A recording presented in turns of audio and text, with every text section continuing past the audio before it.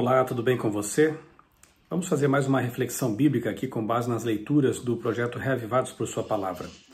Esse projeto é uma iniciativa da Igreja Adventista do Sétimo Dia Mundial, consiste na leitura de um capítulo por dia, uma leitura mais atenta, com oração, meditação, e estamos agora lendo o livro de Daniel, um livro impressionante desse profeta, escrito mais ou menos 500 anos antes de Cristo.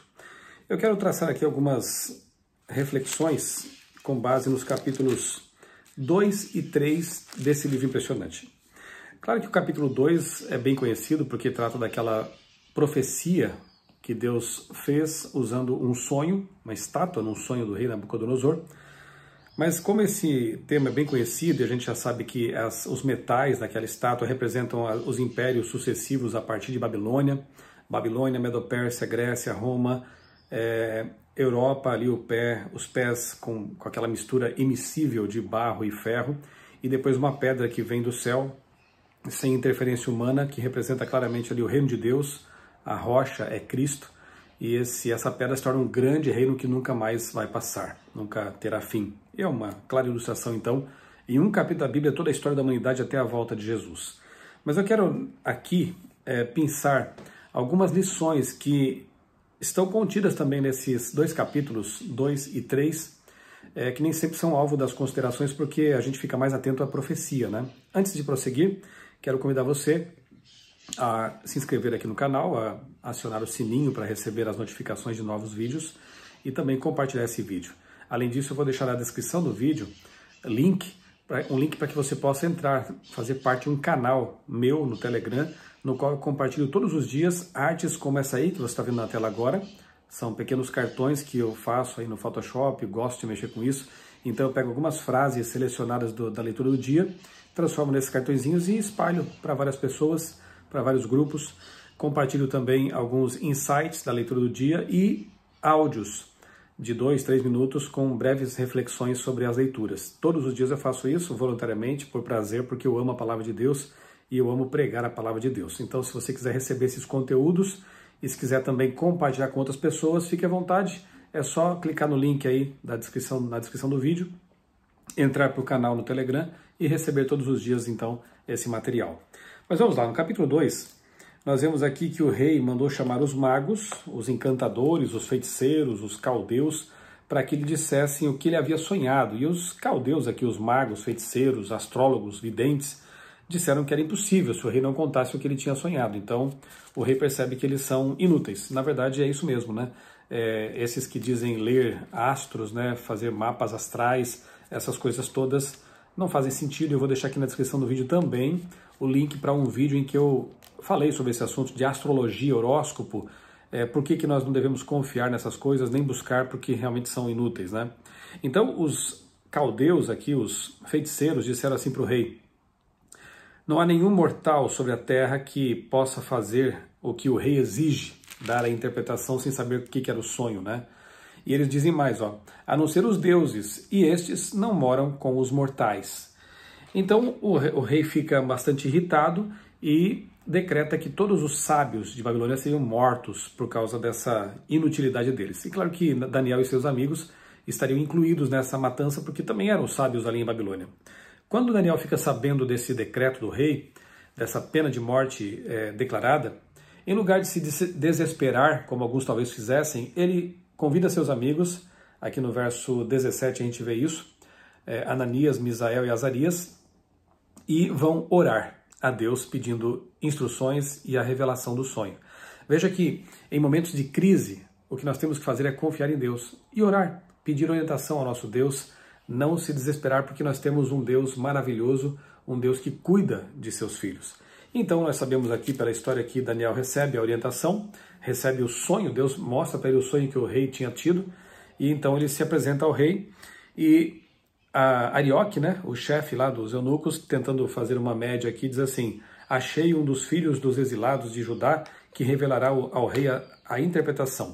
O Arioque tenta trazer para si a honra, né, dizendo que eu encontrei, mas Daniel, quando fala para o rei, ele diz assim: o mistério que o rei exige, nem sábios, nem magos, nem encantadores o podem revelar, mas há um Deus no céu que revela os mistérios, pois fez saber ao rei Nabucodonosor o que há de acontecer nos últimos dias. Então Daniel, em lugar de trazer para si a honra, como Arioque tentou fazer, ele atribui essa honra a Deus, ao dizer, há um Deus no céu que revela os mistérios. E diferentemente dos feiticeiros e dos magos caldeus, que disseram que os deuses não habitam com os homens, Daniel diz o contrário. Há um Deus nos céus, mas ele se revela aos seres humanos, ele se relaciona com os seres humanos. E Nabucodonosor vai aprender ao longo do tempo sobre esse Deus com Daniel, convivendo com Daniel. Um Deus presente, um Deus que conversa com seus filhos, um Deus que se relaciona com seus filhos, diferentemente das falsas divindades ali de Babilônia. Então o sonho tinha a ver com o futuro, como ele diz aqui, o que vai acontecer nos últimos dias. Daniel, então, explica o que fala, o que o rei revela, o que o rei tinha sonhado, a estátua, interpreta aquele sonho, o significado daquela estátua, os reinos sucessivos, revela uma verdade ao rei que seria incômoda, né, de dizer, a verdade de que o reino dele passaria e viria um outro reino, né, do Pérsia, mas Daniel estava ali para falar a verdade e não fazer média, como todos eles ali faziam, né, os magos e os políticos, né, daquele tempo. Enfim, e depois o rei reconhece, né, dizendo que certamente o Deus que vocês adoram é o Deus dos deuses e o Senhor dos reis. Ele é quem revela os mistérios, pois foi capaz de revelar este mistério. Então, o rei reconhece realmente que aquilo vinha de Deus e aceita, né, a interpretação do sonho. Só que o tempo passou, o rei deixou passar aquela impressão que havia sido forte em sua mente, em seu coração, e depois no capítulo 3, a gente vê aqui ele agindo de modo muito diferente aqui, né? Ele manda construir uma estátua com medidas bastante estranhas, 60 por 6, isso nos faz pensar lá em Apocalipse, né? Quando fala da marca da besta e do número da besta, né, que é 666, portanto há uma ligação aí muito íntima entre Daniel 3 e Apocalipse 13. Ambos os capítulos falam de uma adoração ali pervertida, uma adoração deturpada a falsos deuses. Ambos os capítulos falam de uma imposição legal, uma imposição por lei, para que as pessoas adorem aos falsos deuses, a um falso sistema de crenças. No caso aqui em Daniel 3, a estátua. No caso de Apocalipse 13, a besta, ali no Apocalipse. Eu tenho aqui no meu canal vários vídeos em que eu explico esse assunto, da besta, da marca da besta, enfim. Mas há uma relação bastante íntima aí entre esses dois capítulos, né? E o que acontece é que o rei, como aquela estátua ela representava todo o panteão babilônico, 60 por 6, né? Prostrar-se diante dela seria um reconhecimento de que aquela estátua era realmente digna de adoração, era a representação das divindades de Babilônia, e os reis vassalos que foram trazidos aqui, os sátrapas, os príncipes, se ajoelharam, todos eles se ajoelharam, reconhecendo aquela estátua, né, que o rei Nabucodonosor mandou fazer, reconhecendo as divindades. O rei de Jerusalém, infelizmente, também estava ali, e se ajoelhou também, uma coisa vergonhosa. Talvez ele tenha pensado, mas é só uma estátua, né? Eu vou fazer isso aqui só para cumprir aí esse protocolo, mas por dentro eu sei que não vale nada. Os 3 jovens hebreus não pensaram da mesma forma. Eles não quiseram manchar o nome de Deus e se mantiveram em pé. Imagine naquela planície de Dura, todo mundo prostrado e aqueles 3 jovens em pé, se destacando ali como pessoas que não iriam ceder a essa idolatria. O mandamento de Deus diz, não farás para ti imagem de escultura, não te prostrarás a elas, né? Está na lei de Deus. E aqueles jovens eram fiéis a essa lei. E aqui é dito que o rei, para favorecer um ambiente de adoração, talvez de êxtase espiritual, ele manda tocar aqui vários instrumentos musicais, e aqui diz que todo tipo de música, né, para que eles pudessem se prostrar. É claro que não é o centro da discussão aqui, o assunto da música, mas nós temos também que pensar um pouco no papel da música na adoração. E eu quero recomendar a você o livro Música, Sua Influência, de Ellen White, da Casa Publicadora Brasileira. Está aí na tela a capa do livro, né? Vale a pena ler esse livro. Se você é músico, se você é ministro da música, se você toca algum instrumento na igreja, leia esse livro, estude esse livro. São conselhos inspirados de Deus para que a música de adoração a Deus não seja qualquer música, não seja todo tipo de música, mas apenas a música que Deus aprova. Eu vou ler aqui para você algumas citações, poucas aqui, do livro Música, de Ellen White. Por exemplo, a página 11, ela diz: como parte do culto, o canto é um ato de adoração, tanto quanto a oração. Veja como é importante a música. Página 12. Frequentemente, pelas palavras de um culto, de um canto sagrado, são liberadas as fontes do arrependimento e da fé. Por isso a música tem que ser muito bem escolhida, porque ela realmente toca a mente, toca o coração das pessoas e pode, como diz Ellen White aqui, liberar as fontes do arrependimento e da fé. Página 24. Não é o cantar forte que é necessário, mas a entonação clara, a pronúncia correta e a expressão vocal distinta. Que o louvor a Deus seja entoado em tons claros e suaves, sem estridências que ofendam o ouvido. Página 25. Às vezes é mais difícil disciplinar os cantores e fazê-los atuar de forma adequada do que desenvolver hábitos de oração e exortação. Muitos querem fazer as coisas à sua maneira, não concordam com as regras e ficam impacientes sob a liderança de alguém. Portanto, assim como todos, né? Assim como os pregadores, por exemplo, que devem ser muito bem escolhidos, não é qualquer um que pode ocupar ali o púlpito, né, para pregar a palavra de Deus, a sagrada palavra de Deus. Os pregadores também deveriam exercitar o seu dom, estudar sobre homilética, né, sobre oratória sacra. Assim também os músicos deveriam ler sobre filosofia da música, não só conhecer a técnica, né, mas também conhecer a filosofia por trás disso, né, a teologia por trás disso. E pelo menos ler esse livro, então, Música, porque vem de uma fonte inspirada, repito, e deveria ser conhecido. Página 32, Deus não se agrada de barulho e desarmonia, duas coisas que não podem haver no louvor, né? E página 48, a música, quando bem utilizada, é uma grande bênção, mas quando mal usada, uma terrível maldição.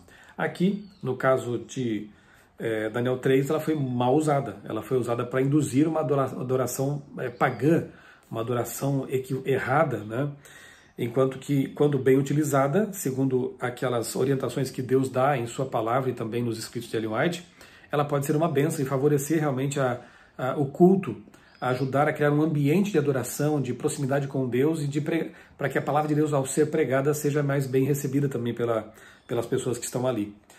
Bem, o texto diz aqui que no mesmo instante, alguns homens caldeus se aproximaram e acusaram os judeus. Aqueles que haviam sido poupados, cuja vida tinha sido poupada, né, porque Daniel interpretou o sonho, agora aqui com inveja, aproveitaram a chance para acusar aqueles jovens.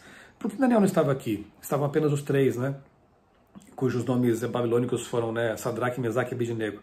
Não se sabe exatamente por que Daniel não estava aqui nesse momento, mas pode ser que estivesse doente, pode ser que estivesse viajando, ou mesmo que o rei, sabendo que Daniel certamente não se prostraria, procurou poupá-lo desse momento. Nós não sabemos, mas com certeza se Daniel estivesse aqui nesse momento, ele também teria ficado em pé com aqueles três jovens. Seriam 4 hebreus, então, em pé, se recusando a adorar aquela estátua. Dizem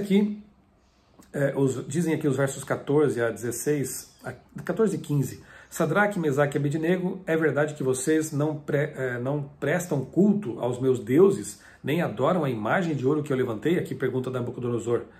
Agora, pois, se vocês estão prontos, quando ouvirem o som da trombeta, da flauta, da cítara, da harpa, da lira, da gaita de foles, prostrem-se e adorem a imagem que eu fiz, mas se não a adorarem, serão no mesmo instante lançados na fornalha de fogo ardente.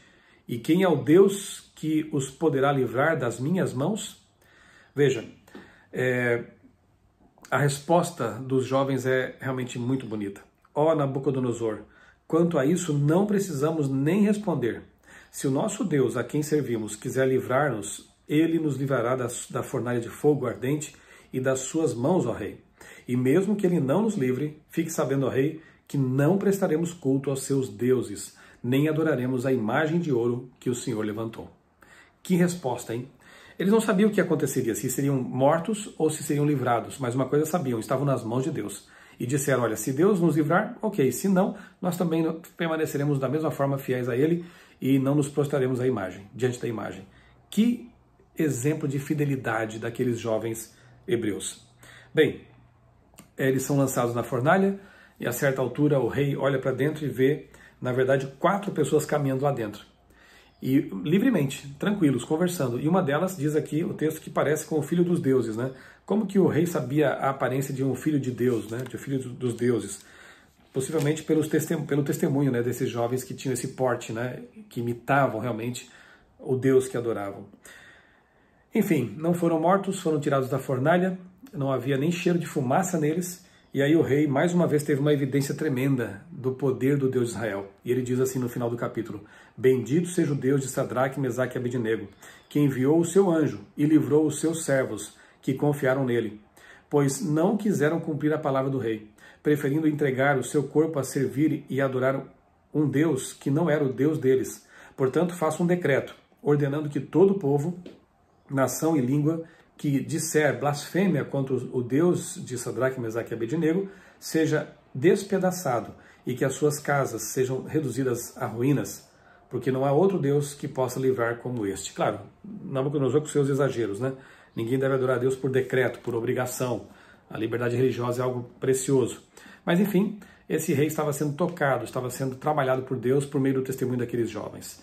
Que nós possamos também ser fiéis no mundo infiel. Que neste mundo de idolatria, de busca por prazeres, com filosofias equivocadas, em desacordo com a palavra de Deus, possamos nós ser fiéis, permanecer em pé, adorando o Deus verdadeiro, da forma como Ele instituiu, da forma como Ele orientou que fosse adorado, e que o nosso testemunho possa falar alto desse Deus maravilhoso. Vamos orar? Bondoso Pai, ajuda-nos, Senhor, a ser fiéis no mundo que pratica idolatria, no mundo que segue outros deuses ou Deus nenhum. Ajuda-nos, Senhor, por meio de nossa vida, nossa postura, nossas palavras e atitudes, a testemunhar do Teu poder e do Teu amor. Que as pessoas possam ver em nós seguidores leais do Deus verdadeiro, assim como foram Daniel e seus 3 amigos lá em Babilônia. Nós oramos em nome de Jesus. Amém. Um grande abraço, que Deus abençoe grandemente a sua vida e também a sua família.